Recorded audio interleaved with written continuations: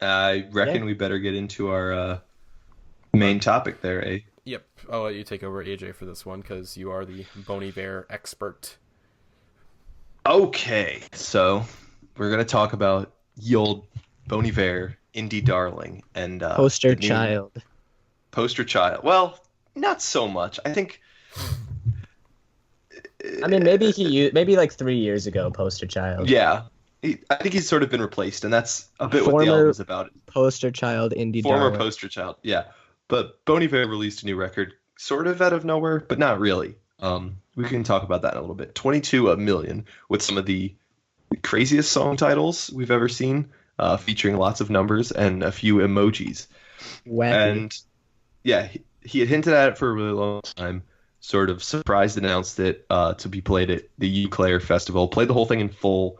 Released some of the singles, and they had this crazy like fractured electronic thing going on. And the album, as it is in its final form, is definitely polarizing. Is how I think we should lead into this discussion. I Yes. came into this album as a huge Bon Iver fan, way back since the Four Emma days, and then 2011's Bon Iver blew my mind. I like it way more than Four Emma, and between those two, I got hugely obsessed with all of Justin Vernon's music.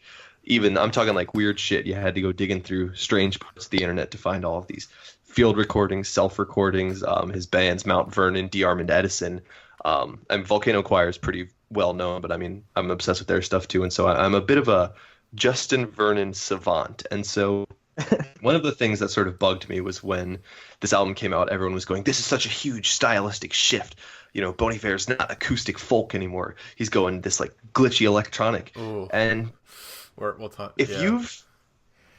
you've been a fan of Justin Vernon's stuff, this isn't a surprising direction at all, and it's almost the expected direction because I mean, Hmm. Bon Iver had hints of this like lusher instrumentation, and then Rave with Volcano Choir had even more kind of leanings in this direction. I mean, he's been collaborating with Frank Ocean, with Kanye West, so he's dabbled in hip hop and electronically sparse music, and so 22 a million, in my opinion, really doesn't sound like as much of a stylistic shift as it's been made out to be. But the other thing that bugs me is that we still have to harp on this narrative of Justin Vernon is the guy who went out to the cabin and he was dying and he recorded Yeah. the breakup album. It's like we get it. Everyone knows how For Emma Forever Ago was recorded. Everyone loves that record. I mean, it's a beloved indie record. We're all aware of who Bon Iver is, and you don't need to keep reminding us because it perpetuates this notion that like, whoa, this album is so different. It's definitely different than all of the Bon Iver stuff we've heard in the past. But It's not if you have only so like different. It's if not. you've only listened to those like records like once or twice and been like, oh, Bon Iver, he's like the high pitched guitar guy. Sure, I could see how you'd be like, whoa, this is crazy. But if you're a fan of the band and the musician, you would know that this has been coming for a very long time. And so I guess we'll talk about how we went into this album, you gentlemen.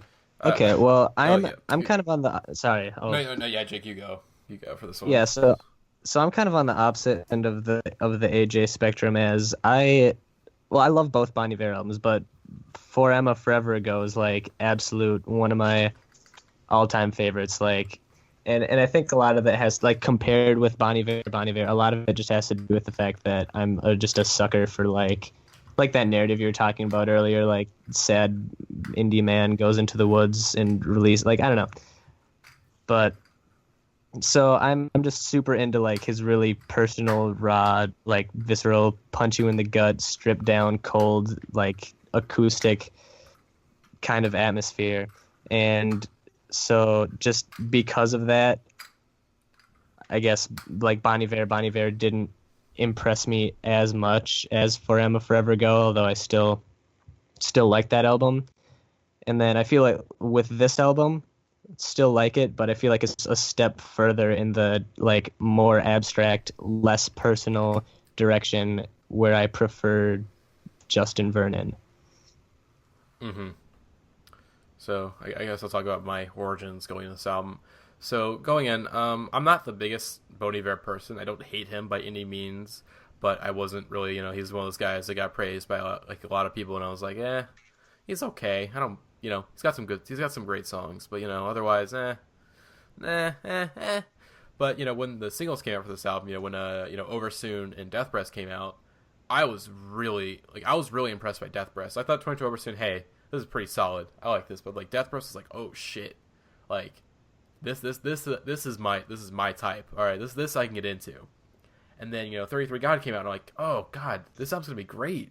Like I'm really gonna dig this. Like this could be his Age of Odds. Like hey, this is Over Soon is like the Futile Devices, and Death Breath is like the Too Much, where it's like, oh, this is what the album really is. Like okay, I'm into this. But in reality, the album is just kind of like, I was just disappointed. It basically just kind of was like, oh hey, this is supposed to be the album that got me into, that really converted me over to be a Bon Iver fan, and it didn't really do that to me. Just kind of like, oh, that's it. So yeah, when I heard 22 Over Soon, I was like, oh shit, this is fucking excellent. I love 22 Over Soon, and Death Breath just continued, and I was like, if we keep going down this path, like I really like these songs. 33 God, another excellent song, and then 8 Circle, which he performed live and then released the live version of later. I was like, this is so, these songs are so good. And that's basically it on the album, though, is those 4 songs. Everything else is kind of like a half-baked idea that starts, it builds up to where I'm like, this is going to be crazy, this is going to be good, and then just kind of stops, and this whole album just feels super inconsequential. And I mean, it's 34 minutes, which isn't short, coming from someone whose favorite album of the year is 10 minutes shorter than that. But for Bon Iver, all of these songs just feel too empty. And I get that the whole theme is sort of oh, it's puzzling. There's Greek mythology references. There's all this symbology, iconography. I get what he's going for. It's just that it's not even esoteric in the sense where something like Death Grips, we were talking about Danny Brown, their lyrics are esoteric, and you're like, what are they talking about? This is just messed up. This is insane. The Bon Iver record is just sort of harping on something just for a little bit, starts, stops, and it's over. You forget about it. When I listen to 22 A Million, I really like it. But when I'm not listening to it, I just kind of forget about it. That's the point I've gotten to this album. So I listened to it at first, and I was like, okay, it's good. And then I was like, wait, it's not. I don't know if I care for it. And then I was just like, okay, I mean, it's good. It's Bon Iver. He doesn't make bad music, but it's just I can't love this album. I don't think it's great, and I'm in a puzzling position with it. I'm in kind of the exact same way, where I've definitely cooled down on it a lot since the first time I listened to it, and I think a lot of that has to do with like you were saying, looking into the songwriting itself, and it just being too abstract and too nebulous. I feel like he put so much effort into making this unique 22 A Million sound, just the breakbeat electronic beats, and so he focused so much on the production and just constructing an atmosphere and a soundscape that he kind of didn't focus as much as he should have on the actual content in the songs. See, I'm kind of on the opposite end, where I just feel I'm with the AJ on the half-baked, but it basically feels this album, it hints that he's going to make a big grand progression, because Death Breath is hey, this is really different. It sounds like nothing he's ever done before. And it really hints oh hey, he's going to go full electronic on this album. But basically after, 33 God, the album, it's just boring. He just doesn't go anywhere after that song. It's just a lot of boring, meandering songs that just do nothing for me. They're not the song is not bad. There's no bad song in this album. It's just, this could have been really a really interesting album, but it's not. This feels like an album I've thrown a lot of different insults to this album on Twitter, but the one I kind of feel is the most truthful for me right now is that this album feels it should have came out 1 or 2 years, not even 2 years, honestly. It should have came out a year or so after Bon Iver. This feels it's hinting. Yeah, it's hinting at a full-on progression, but it's he's dipping his toes into okay, I'm gonna dip my toes into electronic a little bit, and then he it's the water's too cold. He's oh no, I'm just gonna go back to making kind of more minimalistic stuff. I don't know, I don't want to do this. It's dude, Justin Bieber, fucking dive in that cold ass water and really make that big progression, But I agree completely. Because even before I heard it, just listening to Over Soon and Death Breath, it was just way more intense on those 2 tracks than I thought it was going to be. And then on the actual album, there's still, he didn't completely abandon the acoustic guitar and his like falsetto vocal. Like 29 Stratford Apartments probably could have been on the last record. Like it wasn't as total of a dive in as I thought it was going to be. Mm-hmm. Yeah. One thing I do like on this album about the whole kind of like new quote unquote aesthetic that it's going for is there are like moments of intentional kind of like crackling and loss of fidelity, like in Apartments and in 45 sort of. And I think that's a really Oversoon does really it too. Yeah. I'm not. I don't like that. I mean, here's the thing. Basically, like I think one of the things, it basically just feels like an old Bon Iver album, but just badly compressed. It's just sort of like he's not making these grand progressions that like this album was hyped up to be. Like this album was hyped up to be like this really grand progression where he's really doing something new with his sound, but instead it's just pussyfooting around it, and like all the compression and stuff is just like, dude, this is like. I don't want to be like this is pretentious, but like looking at the track list and looking at the hype and just looking at all this shit leading up to it, it's like I kind of have to call it sound pretentious. Like, yeah, it's just, dude, I know Justin Vernon is talented. I know he can make these grand progressions. Like, you listen to Death Press, you go, this guy could really do something new with his sound, but he just doesn't do it. Like 5 years. This took 5 years for you to make a bunch of like minimalist, like kind of folk, like glitch folk that sounds like it was unfinished and badly compressed in like Adobe Audition or some shit. Like, I don't know.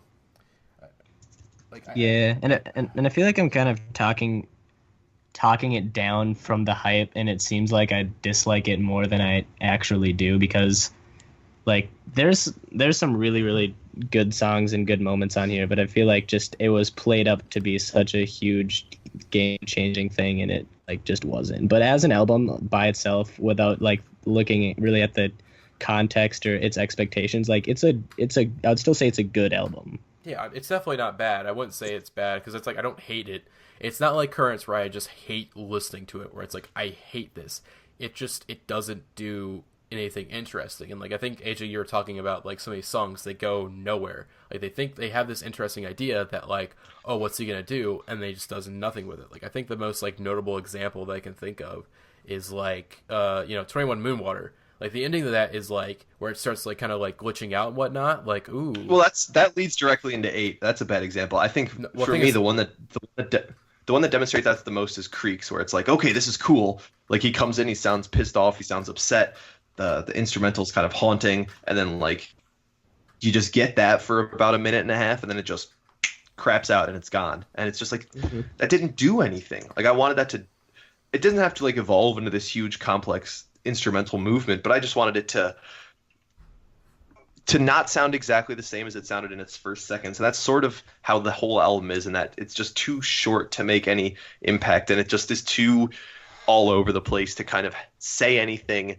It's just sort of an awkward, jumbled mess, basically. Yeah. And not in the like lovable Life of Pablo way where it's like, what was he thinking with this? Because Justin Vernon is notoriously a very well thought out guy and puts a lot of thought into the organization and structure of everything he does musically, his songs and his albums. And all of these are just like little glimpses of that genius, and just not enough to sustain a stan like me. Mm-hmm. I mean, I do want to go back though, because you were trying to say like it's not a good example. Here's the thing: I didn't get to finish, AJ. I didn't get to finish. You didn't let me finish. So yeah, so 21 Moonwater has. It doesn't go anywhere, but it leads right into 8 Circle. No, I was gonna say no. I didn't say I didn't get to finish, because it has like this big like kind of glitch out. Like, oh, usually like my expectation is like, oh, it's gonna have like the beat's gonna switch up and it's gonna get like kind of insane again. But then it just transitions into 8 Circle, which is to me like badly compressed 80s movie soundtrack theme song. Like that's what it is to me, because I'm the contrarian who doesn't like 8 Circle. I just think it's a song that's like way too fucking long, and it's a badly compressed 80s movie soundtrack theme song. It's like I didn't like, for example, I think it reminds me a lot of like Beth Rest off the last album, and I don't like that song either, because I think that it's just cheesy as fuck in like the worst way. And AJ, your mic's glitching out, by the way. As far as 8 Circle goes, that's the emotional high point of the album, which is just like an even bigger negative for this album for me, because then you get 2 songs, you get like 5 minutes of the album after that, which is just kind of like pointless. 8 Circle is definitely like the emotional peak, and then there's almost 6 minutes of the album afterwards where it's just like I hit the high on this album, man. Like I hit it 25 minutes into the like I just don't know. It's hard. It doesn't really resonate that much. And like I get that it's an intensely personal record for Justin Vernon, but just it doesn't do enough new musically. It doesn't carry that same emotional, just like consistent sense of overwhelming, just like resonance. It doesn't do anything. Is my biggest problem with this album. Mm-hmm.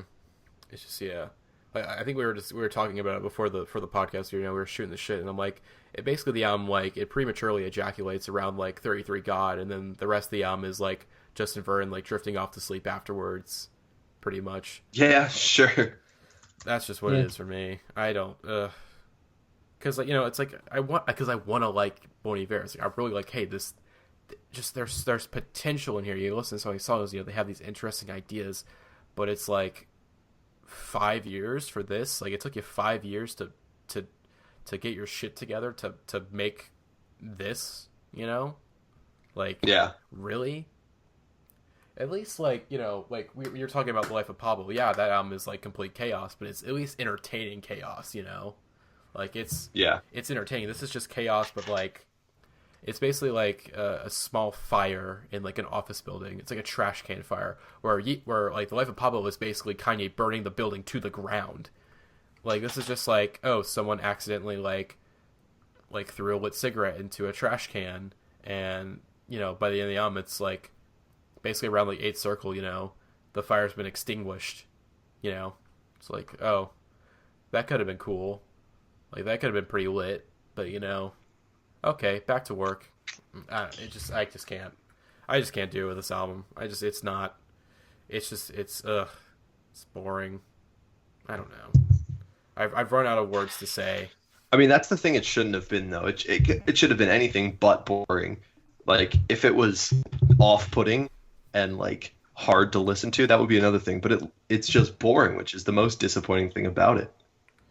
Yeah. People are gonna be mad. I know people are gonna be mad at this discussion. Yeah. They come in with the dicks out. We picked the wrong 3 people for this podcast. Yeah, because people I don't think anyone on the podcast like loves it. Mm-mm. Yeah, I don't know. It's just I think Jeremiah likes it.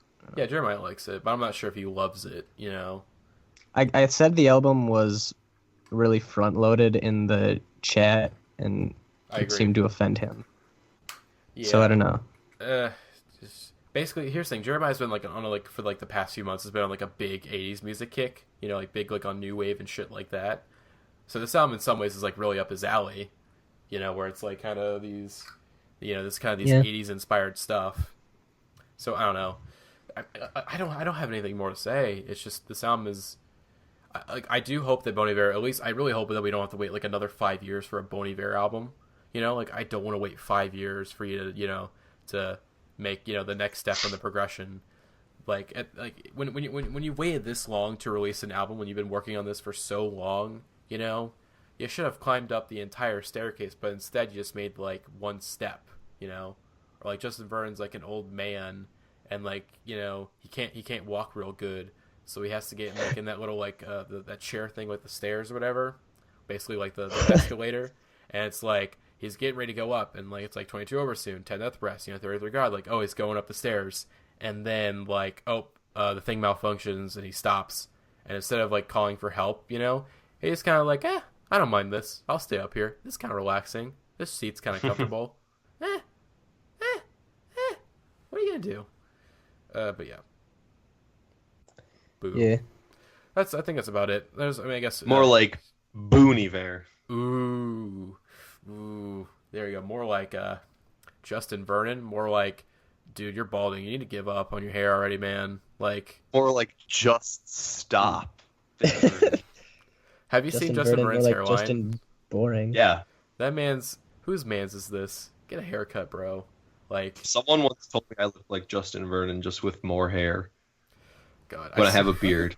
I saw like I know the indie heads, we hate the roast threads in there, but like I saw a photo of his hairline and I'm like, oh my god, like dude, please, like you gotta do something with that hair. There are no There are no barbershops deep in the woods of Eau Claire. That is true. Oh, God, hold on. I want to find this picture of his hair real quick. Hold Just up. make it the podcast like. Yeah, Can I make it the the thumbnail? thumbnail. I'll make it the thumbnail for the album discussion. Hold on. I want to see this. Oh my God. It's bad. I'm looking at this picture. Oh my God. It's so bad. It's so bad. I'm like zoomed up into it. It's so bad. Oh my God. It's bad, but I like respect the fact that he does it. Respect it. He owns it. Just shave your head. He wouldn't be bad with a shaved head, you know? Like he'd rock it. Just Jake, look at this shit. You can't tell me that. Yeah, no, I see it. Oh, He God. owns it. God, this album is so boring that we're just talking about Justin Vernon's hairline just because at least that's interesting, unlike the second half of the album. All right, so yeah, there's not much we could talk about. All right, so yeah, hope you guys enjoyed the discussion.